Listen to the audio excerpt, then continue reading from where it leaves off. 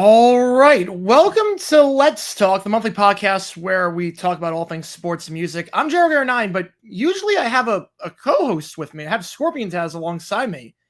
I'm not really sure where she is. I know that last week we didn't do it, so I don't know if she forgot that we're doing it this week instead. I don't see her. I'm not sure where exactly where Scorp is, but I guess the show must go on. We started? I'm sorry. Oh, there you are. I was waiting for you. Sorry about that. I was kind of playing a new game. Look fun. Was it farming? Farming Simulator 25 just came out today. Nice. Yeah, it's kind of a guilty pleasure. I put 3,000 hours in on 22, so figured I'd start early. It's like 50 days worth. That's a lot of hours. Yeah. How you been? I've been doing all right. Just busy with work and football and everything, but we're getting to the holidays. We're getting down the stretch. It's been good. I always love this time of year. So football's getting a little crazy, isn't it? Yeah, football and then the holidays. It's been crazy. Well, the final 2 months of the year are always crazy, but they're fun crazy. Yeah. So what do you want to start with this week? Guess we can reluctantly start with the NFL and that's this awful division of ours that no one seemingly wants to win.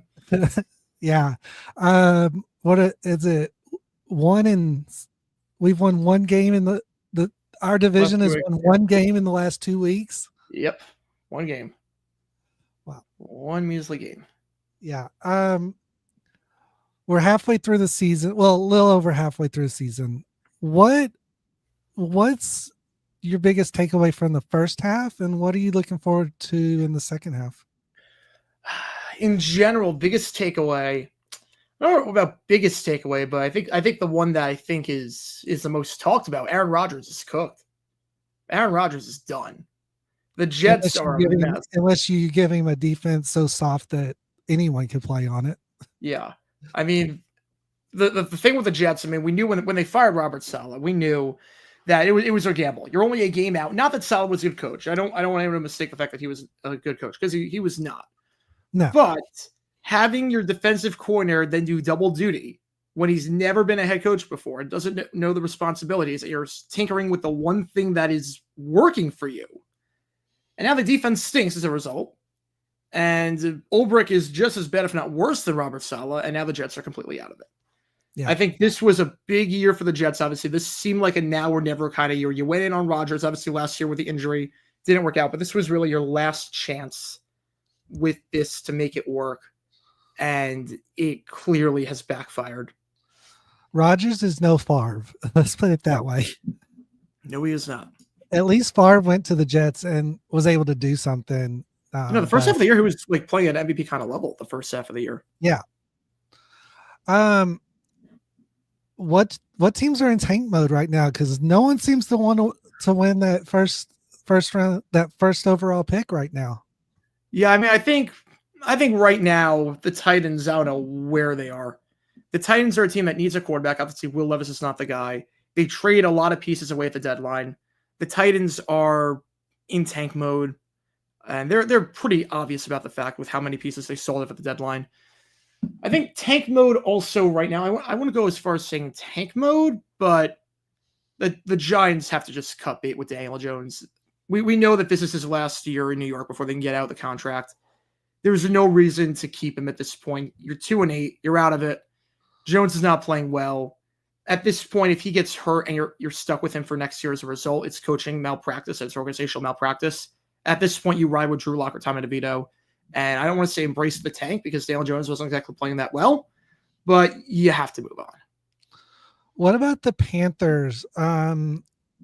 They benched Bryce Young for a couple of games, put Andy Dalton in, and brought Bryce back. And now all of a sudden Bryce is winning. What's going on there? Yeah, I think the thing with Bryce Young, he had to get benched. It wasn't fair to the other players, wasn't fair to the receivers. He was missing guys. He was taking a lot of sacks. He was throwing bad interceptions. The first throw of the season was literally an interception with him. It was a bad year for Bryce at the start. And if you're a young team like the Panthers and you're in rebuilding mode, you have to evaluate the guys on your team. You can't really properly do that if you have a quarterback that can't get him the ball. Now, Andy Dalton looked like he could play for a bit, and then that kind of went haywire. Then the car accident happened, and now Bryce is back. And I don't want to say he's playing well, but he's playing smarter.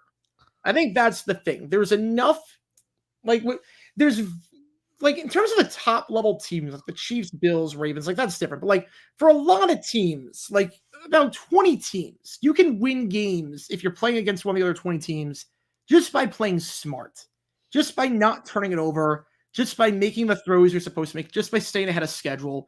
You don't do anything fancy. And right now, are they doing anything fancy? No, but they're winning games because Bryce Young's playing a lot smarter. I think you're seeing that. Yeah, kind of like the Texans were the first quarter of the season. Yeah. They were playing smart football, diverse football, and now they're not.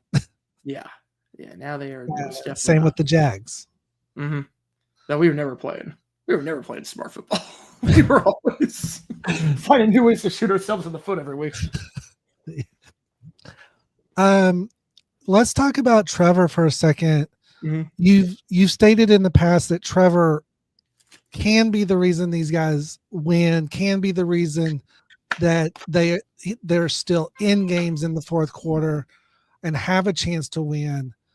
He doesn't play last week, and we know Mac Jones is not a good player. No, but kept him in it till the end. Are you still under the impression it's the OC and Peterson being a detriment to this offense? Absolutely.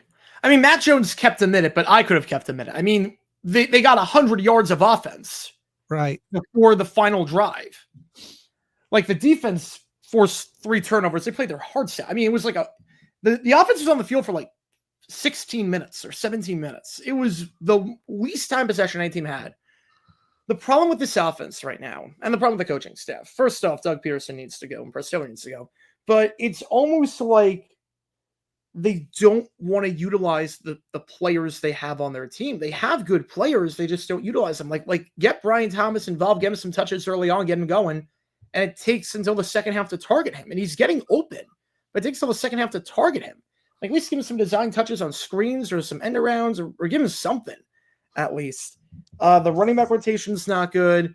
I mean, I was going to say that the running back situation you guys got is like, why are y'all utilizing them here but not here? Yeah. And what's the deal with ETN? Just you gas him and then you expect him to do miracles.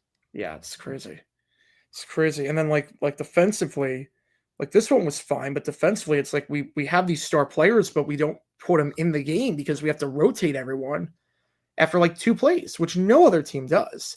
I don't know if you saw the story about the Trayvon Walker fumble from the Philly game last week. Yeah, with the rock, paper, scissors. It's like, what team does that? Like it was one of the most embarrassing moments in franchise history. They both should have been on the field. It couldn't have been one or the other. You drafted one of them first overall. You drafted the other one in the first round. He gave him a huge extension. They're your 2 edge rushers. Play them both on the edge and play Armstead up the middle. And it sounds as though it was like the 8th or 9th play of the drive where you need to rotate him in and out and give him breathers. It was the 2nd play of the drive. After the Jags went on a long offensive drive themselves, it's like, how is this a thing? How is anything a thing? What holes, coaching staff aside, what holes do the Jags need to fill by the end of the year? By the end of the year, I'm not sure there's any holes that can fill by the end of the year. But going into next year, Ronald Darby's not the guy at corner. Ronald Darby, we took a chance on him. He had a decent year last year. Obviously, you didn't know Father Time is undefeated. You didn't know. And, he kind of fell off the cliff this year. So that was kind of a bust for you saying, you need another corner. Tyson Campbell's been great. I like Buster Brown. You play him in the slot, it's fine. Play him in the nickel, it's fine. And Jerry and Jones can play in the nickel. But we do need a cornerback. You get a first-round pick. You draft a guy like Will Johnson or Travis Hunter. You get one of those 2 guys. And you can bulk that up. Because other than that, I mean, maybe another receiver? Maybe you could say Christian Kirk, he's gotten hurt the last 2 years. I'm not sure how much longer he's got left necessarily. Gabe Davis has not been the guy. No surprises there, but He has not been great. So maybe another receiver. That's where I think a guy like Travis Hunter really fits because he can kill two birds with one stone. Right. What about with the O line for the Jags? Are you confident in that O line, or is there a piece missing? Honestly, the O line's not playing bad. Honestly, the O line kept Trevor upright. They were getting some nice runs. I mean, right tackle Anton Harrison, I like him a lot. Left tackle, we traded away Cam Robinson. Walker Little, I do like him. He's a free agent at the end of the year. We're going to see if he comes back. But we might need to fill that hole at left tackle if he doesn't come back. But I'm fine with Walker Little. Ezra Cleveland's been very good. Obviously, he was hurt last week, but he's been very solid since coming over from Minnesota. Big jump this year. Mitch Morse has been very good at center. And then I guess the only hole would be right guard with Brandon Sheriff. I mean, he's fine, but he is getting up there in age. He does get hurt quite often. So I probably need to plug that in and get a right guard early on. But offensive line, I've been okay with the offensive line. Like, you look at the talent on this team, there's no reason this team should be picking first overall. Now, let's transition from the last place team in the AFC South to the first place team, the Texans. Yeah. Our O-line stinks. Yeah. Our O-line, I mean, it's like night and day. The way the Jags O-line is playing, you would think you guys would be first, and our O-line is almost last as far as quality. We allow way too many sacks. Our runs, Mixon doesn't have the holes to run. And overall, it's like, why are we trying to force runs every first down when we know it's not going to work? Yeah. Well, I think part of why the offensive line stinks, and it does stink. I think part of why is because Bobby Sloak is taking a huge step back in the play calling. It's so predictable now. It's like every first down they're going to run. It's like he's like transported back to the 1970s with his play calling. It's like first down run, second down run, third down throw. You can't go run throw nowadays. These defenses are too smart. There's too much on film. It's not how it works anymore. You mentioned, I don't remember which game it was, but Trevor was kind of stuck in that, the Jags coaching staff not letting him control the game, and it was y'all were doing run pass, and now the Texans are doing it, and the Texans are losing. When are these OCs going to learn this does not work? You've got to mix it up. Yeah, I think they're just stubborn. I think that's a stubbornness on their end. Because it's clearly not working to do it. Right. Let's talk about a team that seems to just be getting lucky, the Chiefs. How many one-possession games have these guys had, and how many times has it come down to the final drive? I feel like it's been every game. I think it has probably been at least all but one game. They have a point differential this year. Their point differential is plus 58. They play 9 games this year. I mean, they're winning all of them, but the average is 6.4 points. That's less than a touchdown. Like, the Ravens have a better point differential. The Commanders have a better one.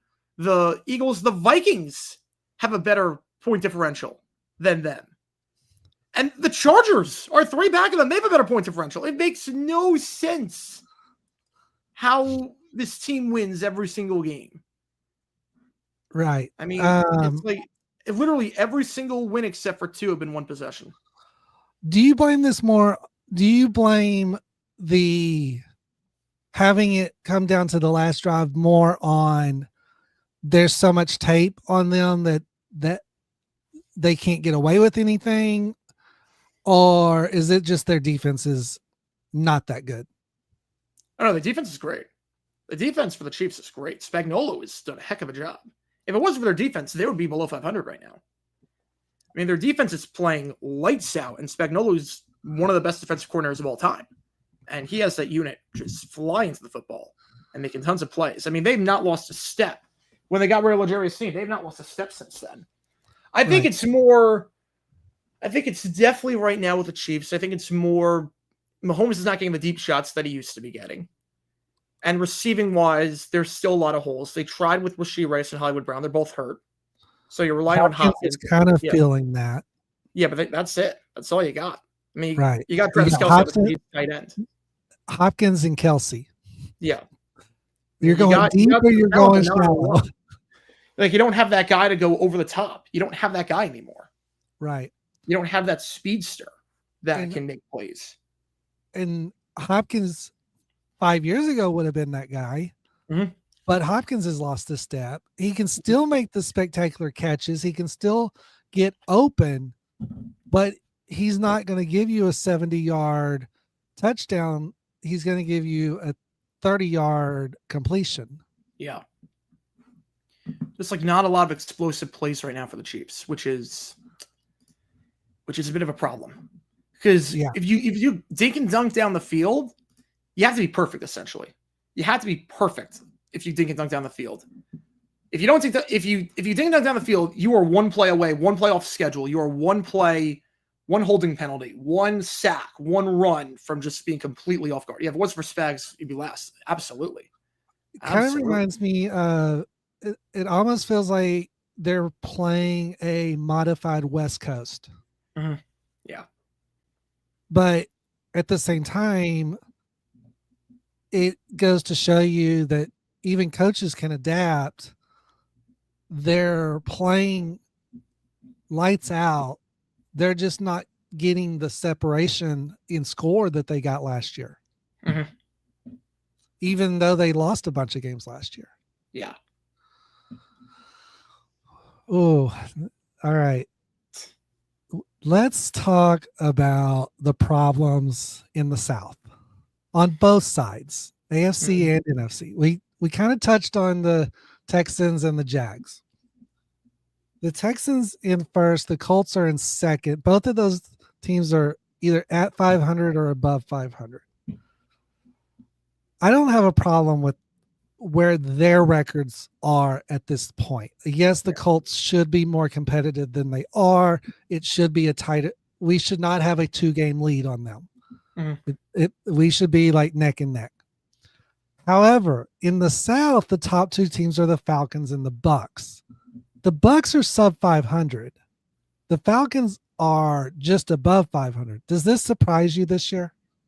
Well, the Bucks had a lot of injuries. The problem with the Bucks is that they've been dealt with injuries. I mean, they were very explosive. They were firing all cylinders with Cohen as the OC, and I still like Cohen as the OC a lot. But once they lost Evans and Godwin in the same game, I mean, that whole offense just not fell apart, but it definitely took a hit. And Todd Bowles, he is not that great of a coach. He's fine, but in terms of in-game management skills, in terms of adjusting, you can do a heck of a lot better than Todd Bowles. You can do a heck of a lot better. So it doesn't really surprise me that the Bucks are where they are. The Falcons, I expect them to be a little bit better, just look better. Kirk Cousins, there are some games where he passes the eye test, and there are some games where he just doesn't. There's some games like the game against the Saints this past Sunday, right, where 4th and 4, you got to get out of bounds. You got to get the first down, get out of bounds. You throw a pass at the line of scrimmage in bounds. You have no timeouts.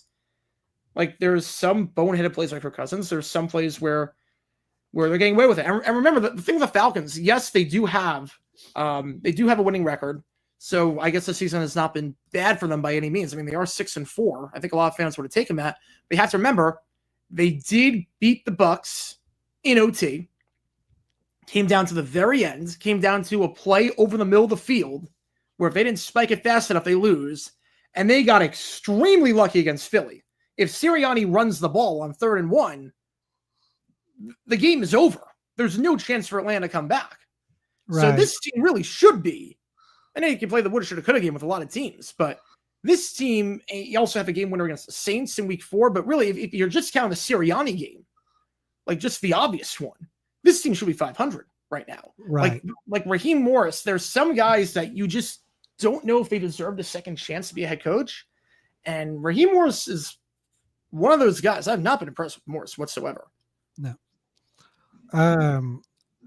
The Eagles game, you did a dumb decisions video on that, correct? Mm-hmm.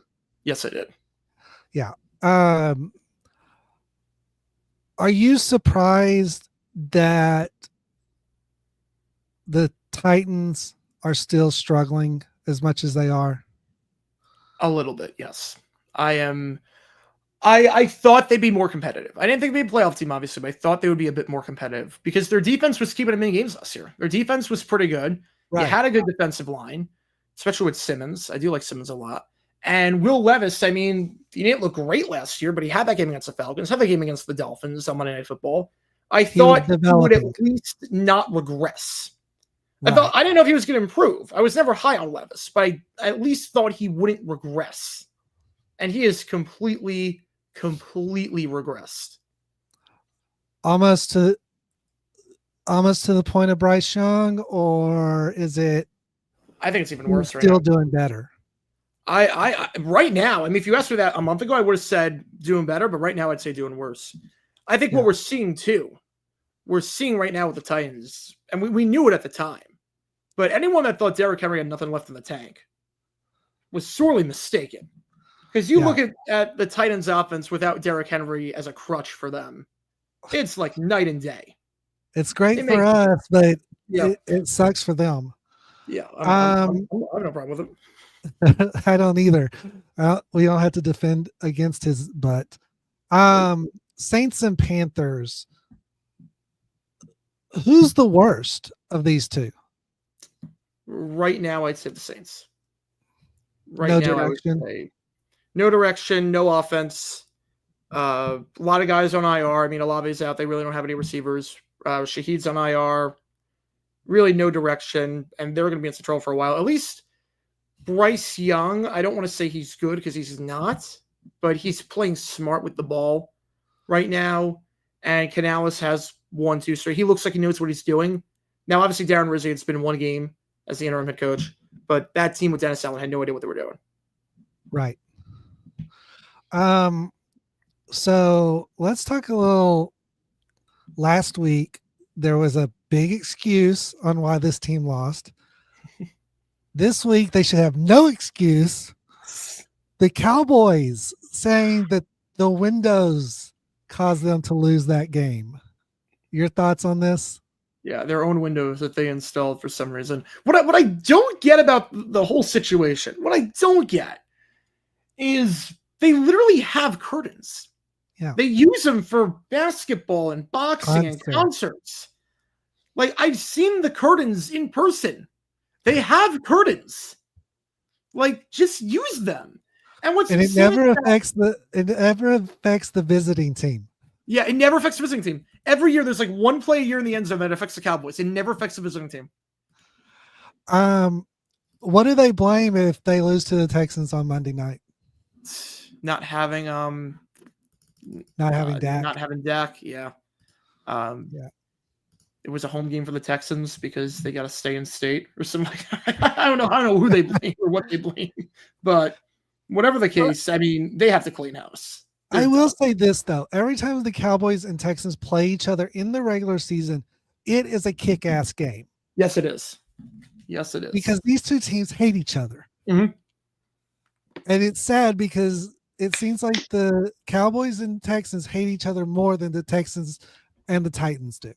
Yeah. Which doesn't make sense because literally one stole the other one's team. So right. So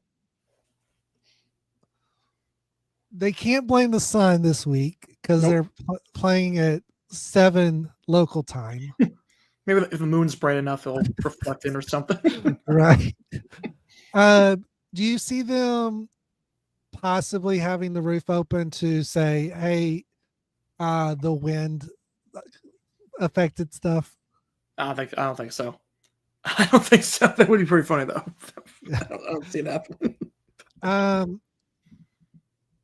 And do the Texans have enough to beat one of the worst teams in football, even with having injuries, having the problems they have on the receivers?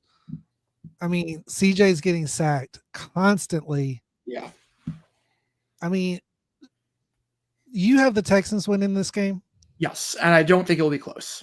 The thing with the Texans is that as bad as they've been at times this year, You still got Daniil Hunter. You still got Danico Autry.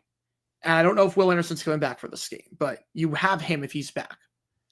Right. You have Cooper Rush back there and Trey Lance, who have no pocket presence and get sacked at will against the Cowboys O-line that is not playing well this year. I just don't see, especially with the ground game that the Lions or that the Cowboys have, I don't see how they move the ball. Now, I'm not sure if the Texans move the ball. I don't trust Bobby Slowick. I don't trust the receiving unit right now. I don't trust the running game right now. But I don't see how the Cowboys move the ball. And the thing with the Cowboys with Rush and Lance, what we saw last week in particular, they make mistakes. They'll give you great field position. You just got to take advantage of it.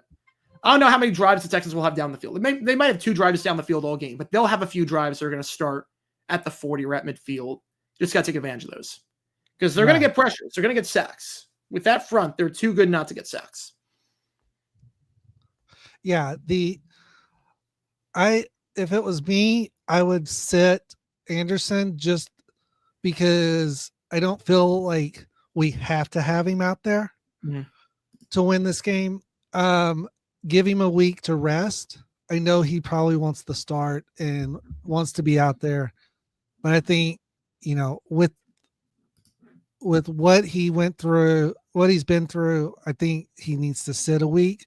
Love the guy to death, love his play, but long term is what I'm thinking about. The other thing I think needs to change is they just need to get rid of the OC and let Ryan's call plays, because I think Ryan's would mix things up enough to confuse defenses. Yeah. I mean, with how he thinks and how he structures plays and knows what defenses are going to do, I think he really needs to just take over the offensive playbook. Mm-hmm. Yeah, I think no one's had a bigger fall from grace in terms of the coaching than Slowick. He went from a head coaching candidate from everyone to, I don't know if he's going to be employed as an OC next year. Right. I mean, he may be a quarterback coach for all we know next year. Mm-hmm. Injuries this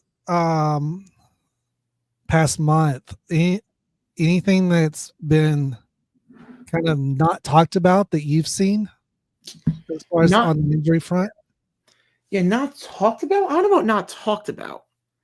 I know, like Christian Kirk, I think it's having a bigger impact than I think people realize, not having Kirk out there on the offense.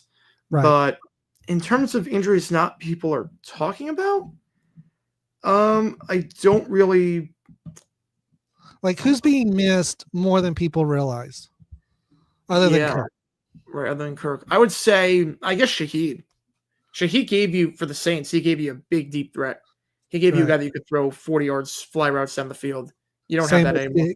Same with Diggs on the Texans. Yep. Yeah.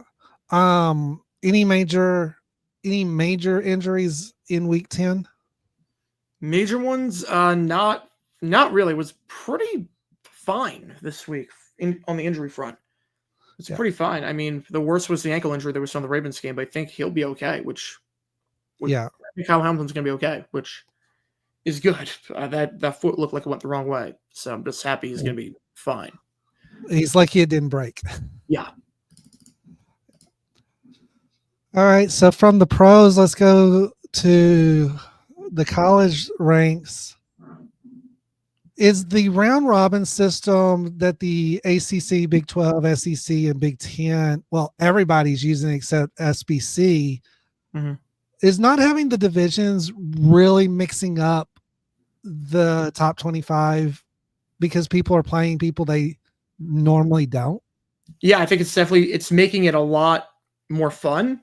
I think it's making the schedule a lot better and more balanced, because the thing was back in the day, or not back in the day, but like last year. Let's go back to last year. Yeah, like a team like Georgia. How many tough games would they be playing? How many tough teams would they be playing? They'd be playing. You play like 2 games against the West, right? So you're playing 2 tough. You're maybe playing 2 tough games because the East, SEC East sucked. Right. You'll have Tennessee, and that's it. Yeah. But now you're playing everyone. You're playing everyone. It does make it a bit wonky in terms of we don't know who's going to make it to the championship, like the tiebreakers and everything. But Right. I'm okay with that in a year like this where you have the expanded playoff. If you have an expanded playoff, I have a problem with it. But I think the scheduling, I think that was a great decision to not go with divisions. I don't know how it's going to go, but I think it's worked very, very well. Yeah. SBC didn't have any expansion or contraction, so they just stuck with what they had, right? Mm-hmm. Yeah. So the ACC, your top two right now. If the championship was tomorrow, SMU, Clemson. Do you think either one of these teams or both of these teams make it? Ooh. Looking at Clemson's schedule the rest of the way, they only have to play Pitt. I'm not crazy about Pitt right now. Pitt, the last 2 games they've lost, they look terrible against SMU. So if they beat Pitt, they'll be okay. So Clemson should be in. And then SMU, Boston College just benched Castellano as a quarterback, which was overdue. And now he left the team. So huge question mark for Boston College now as they're starting to struggle a little bit. Virginia on the road could be a bit tough because you never know. But I think right now, I think you will see an SMU Clemson championship if they both went out. Yeah. Yeah. For the Big 12, it's BYU Colorado. Colorado is a massive surprise for me. I did not expect them to be this good. I thought for sure after last year they were going to fall off. The recruiting class was not good. I was like, okay, the Deion experiment's over. The Deion experiment is over. But that team is playing lights out defensively. I've been impressed by them. Obviously, offensively, you've got Sanders and Hunter, and you've got so much talent. The talent that you got on Colorado on the offensive side. I just didn't know if the defense was going to hold up. I didn't know if the defense was going to hold up. But you look at that roster and look at Wester and Hunter. I mean, that might be one of the best 1-2 receiving combos. Might be the best 1-2 receiving combo in college football. I'm not sure I'd take anyone else right now over Wester and at the beginning of the year, you had Utah winning it all. They obviously didn't live up to expectations. Is this going to be the championship? BYU and Colorado at this rate? BYU, the thing with BYU, I don't know. Because they played a few games where they've gotten very, very close. Kansas, the problem with BYU, they got 3 games left. They got Kansas, ASU, and Houston. Kansas is playing a lot better as of late. Right. Kansas Houston finally starting to play. Yeah, Houston's Houston. Kansas started to play better as of late. They lost a lot of close one possession games. They're starting to find the rhythm. I mean, last week they beat Iowa State. So I could see them being on upset alert there. Arizona State, I mean, they're getting top 25 votes. You've got a good quarterback back there in Leavitt, who's playing lights out right now. They're 7-2. And they only have lost 1 game this year with Leavitt under center. I mean, the game they lost to Cincinnati was a backup quarterback. So their schedule's kind of tough. Now, Colorado, you got Utah, Kansas, Oklahoma State. Kansas on the road again, that's going to be interesting. But Utah and Oklahoma State at home, those are the 2 worst teams in the Big 12 right now. Right. So, which surprises me. Yeah. I mean, I could see promise if BYU is undefeated. Colorado's 1 loss, the rest have 2 losses. So I don't think BYU is dropping 2. But I think he will get BYU Colorado. But it wouldn't shock me if ASU gets in there. It wouldn't shock me, which I never thought I'd say at the start of the year. If we get Colorado, ASU, those are the 2 teams that have the bottom. If we get that as the top, I mean, yeah. Right. Shows you what we know. Yep. Big 10. Indiana, Oregon. Indiana? When's the last time Indiana was sitting at the top of the Big 10? I don't think ever. I mean, they have not won 10 in a season ever. Now, I don't think it's going to last. I think they lose to Ohio State on the road. That's going to be a very tough matchup. This is the first real quote-unquote quality opponent they played.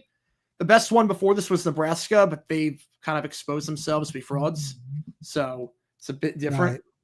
Right. I think obviously Ohio State's going to be a huge, huge test. I think they'll put up a fight, but I have Ohio State winning that game. I think you will see Oregon, Ohio State for the Big Ten championship.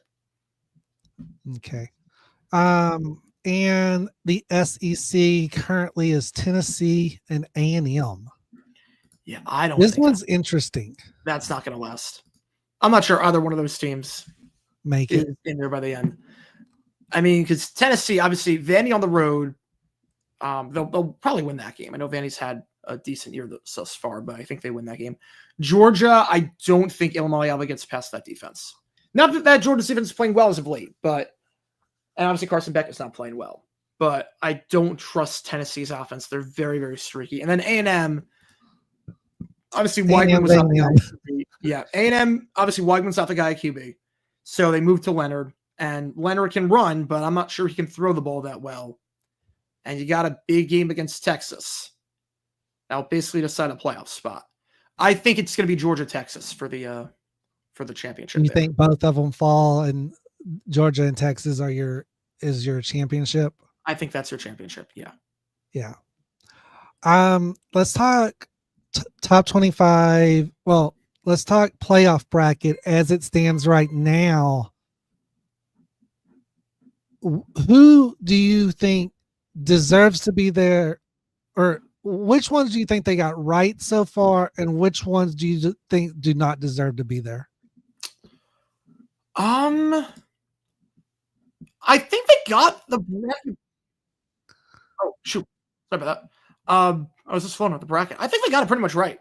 I think they got the bracket for now, at least.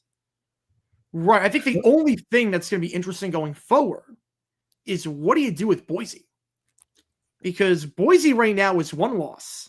That one loss was on the road against Oregon, who's number one in the country, and they're undefeated. Right. Miami just lost. Do you put Boise in the top four? I think right now, if you're saying, would you rather have Boise or the ACC champion as the top four, I would probably say Boise deserves a top 4 seed. Yeah. Right now. So, and the top 5 positions, even though they're guarantees, they're ranked, they're put by their rank, right? Or are they put by their record?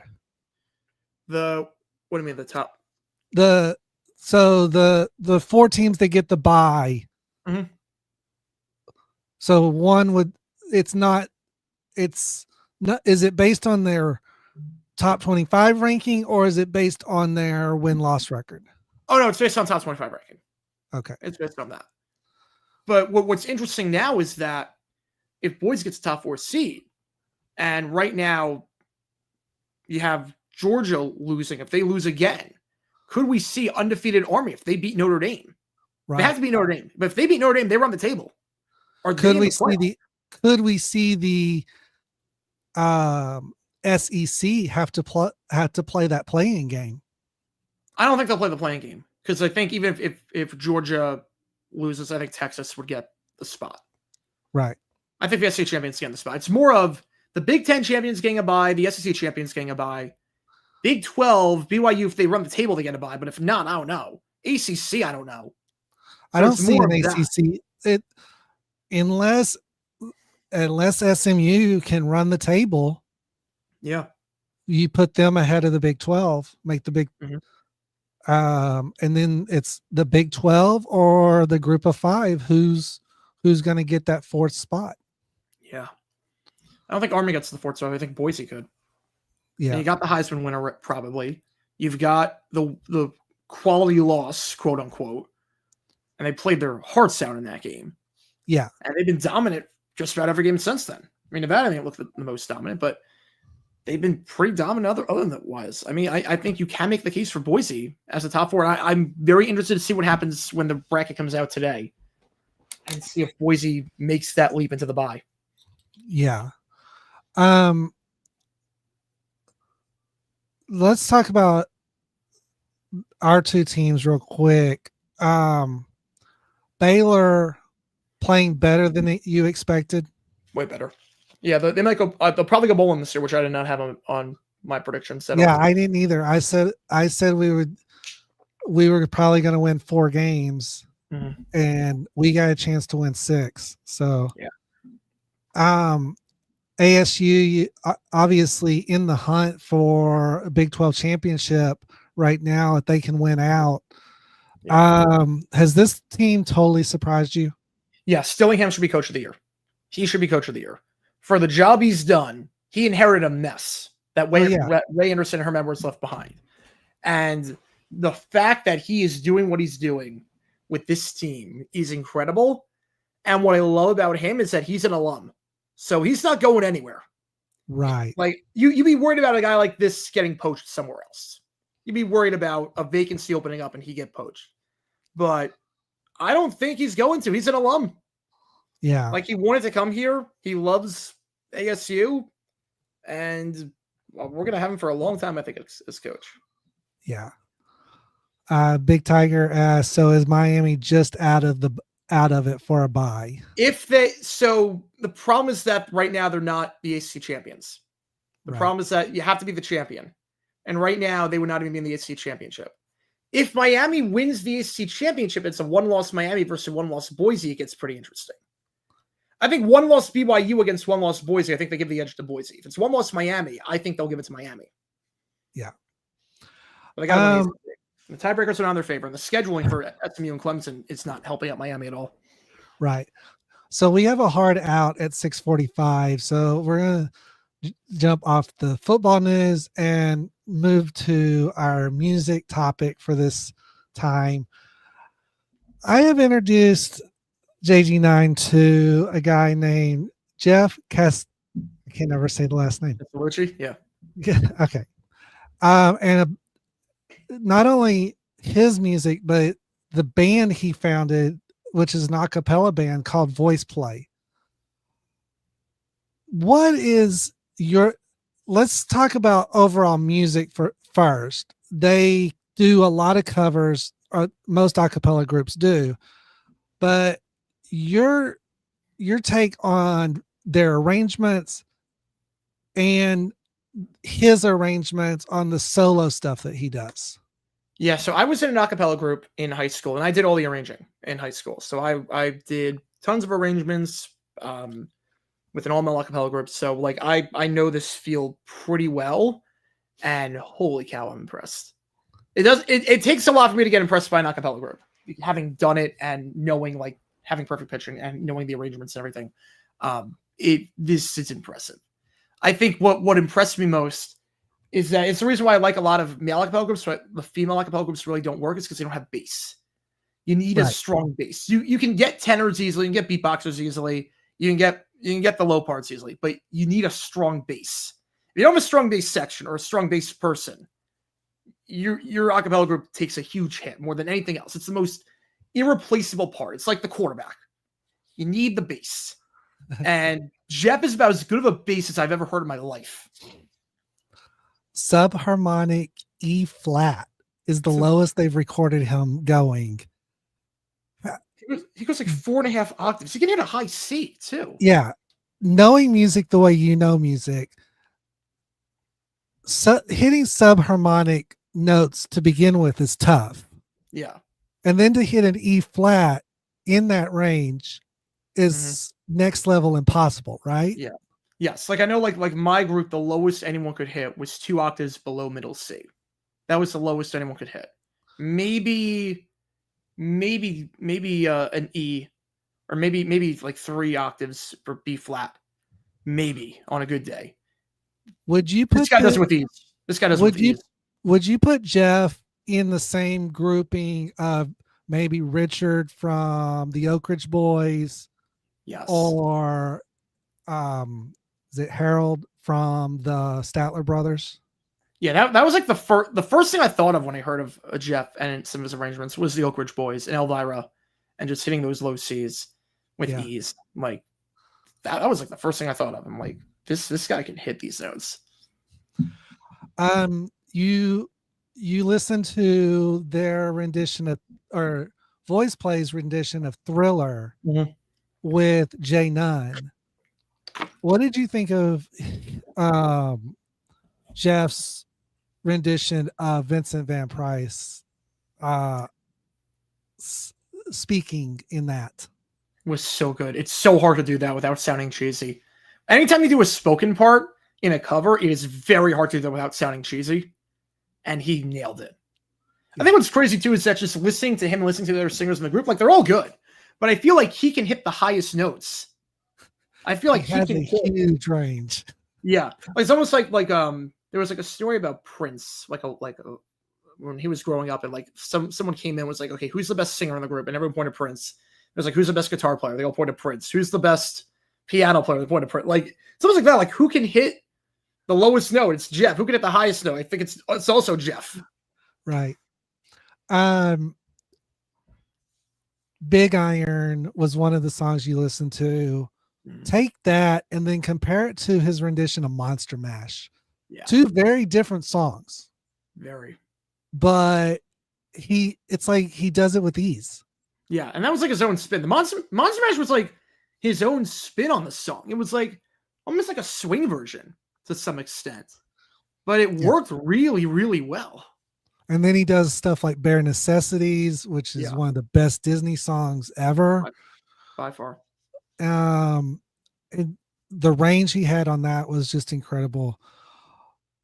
I need to do Cruella de Vil. I feel like he would nail Cruella de Vil.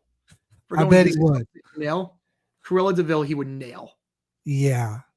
Let's talk about a few music. So from the vocals to the instruments, let's talk about some people that I feel you can hand them any instrument and they'll play it perfectly every time.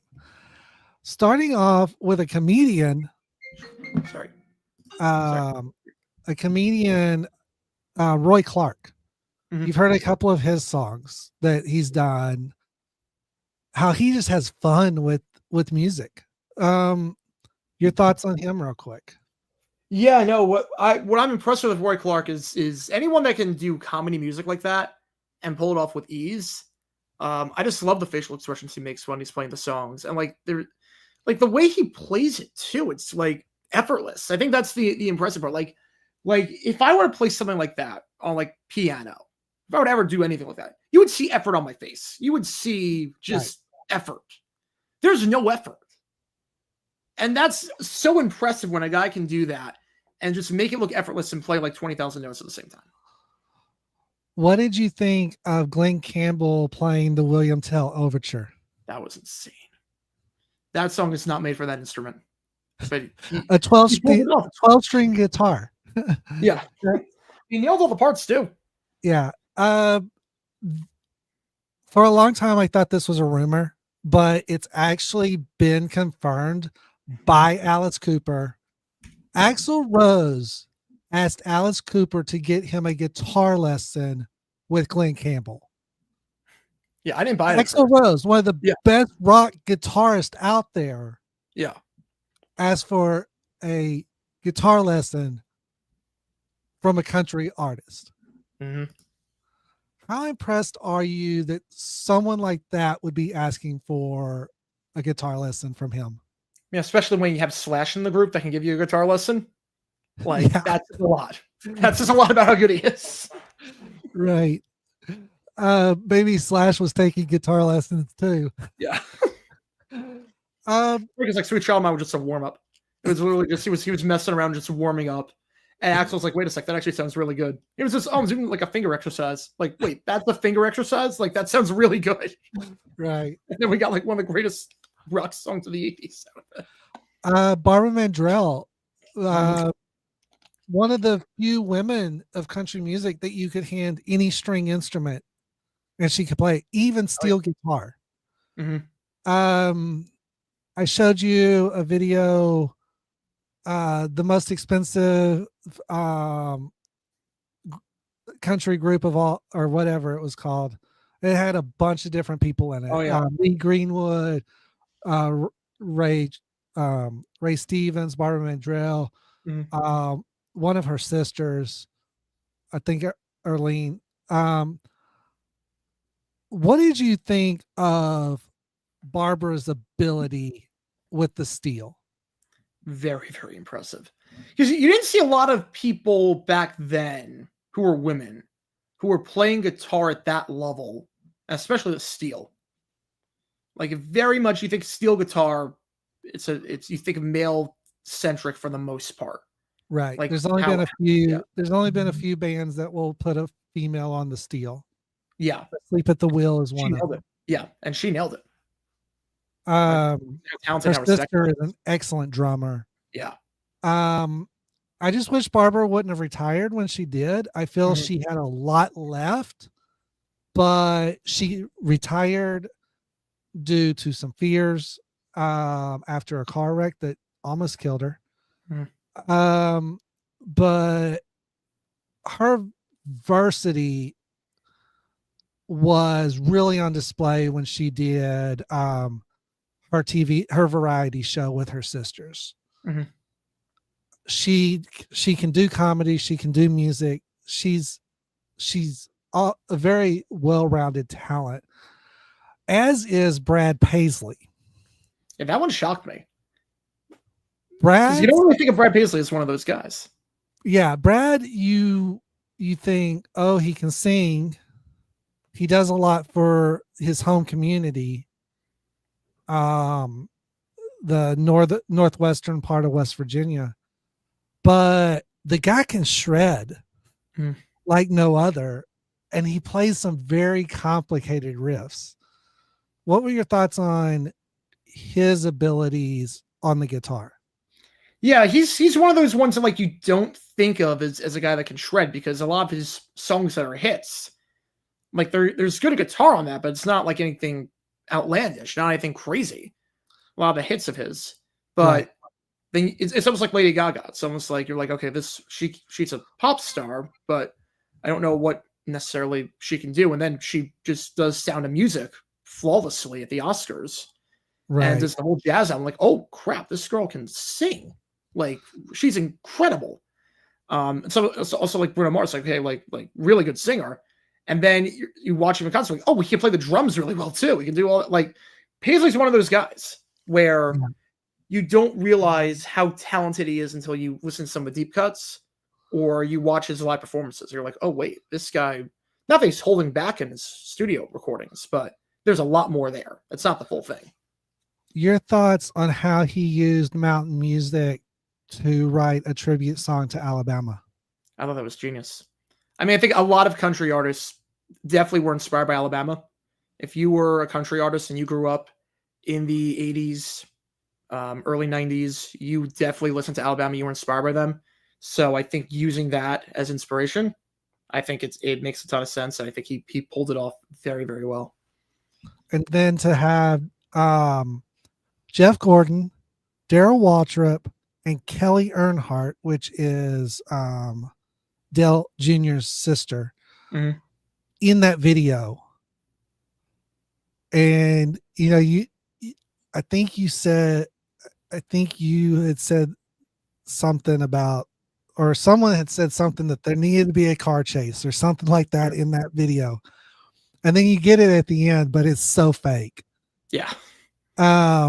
What did you think of him using those three plus several others for that video, and including that NASCAR connection back into his music? Yeah, I mean, I think I really like that one. I really like that video. Told a good story. Told a really good story. And then to have Alabama come in at the end. Mm-hmm. Shows how much they respect it.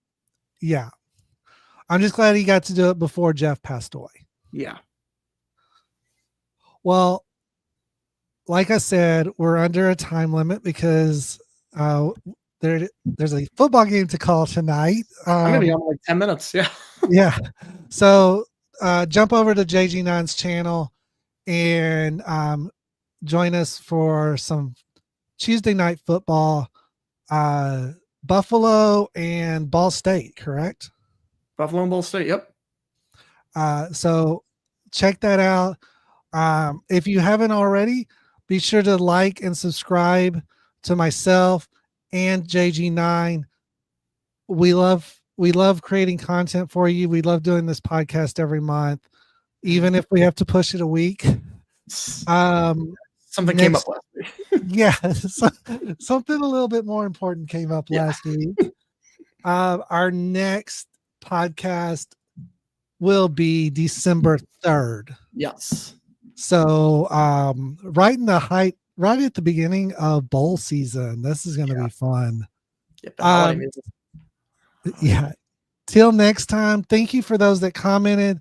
Thank you, everyone for watching and subscribing. Till next time, I'm Scorpion Taz. That's JG9, and we're out.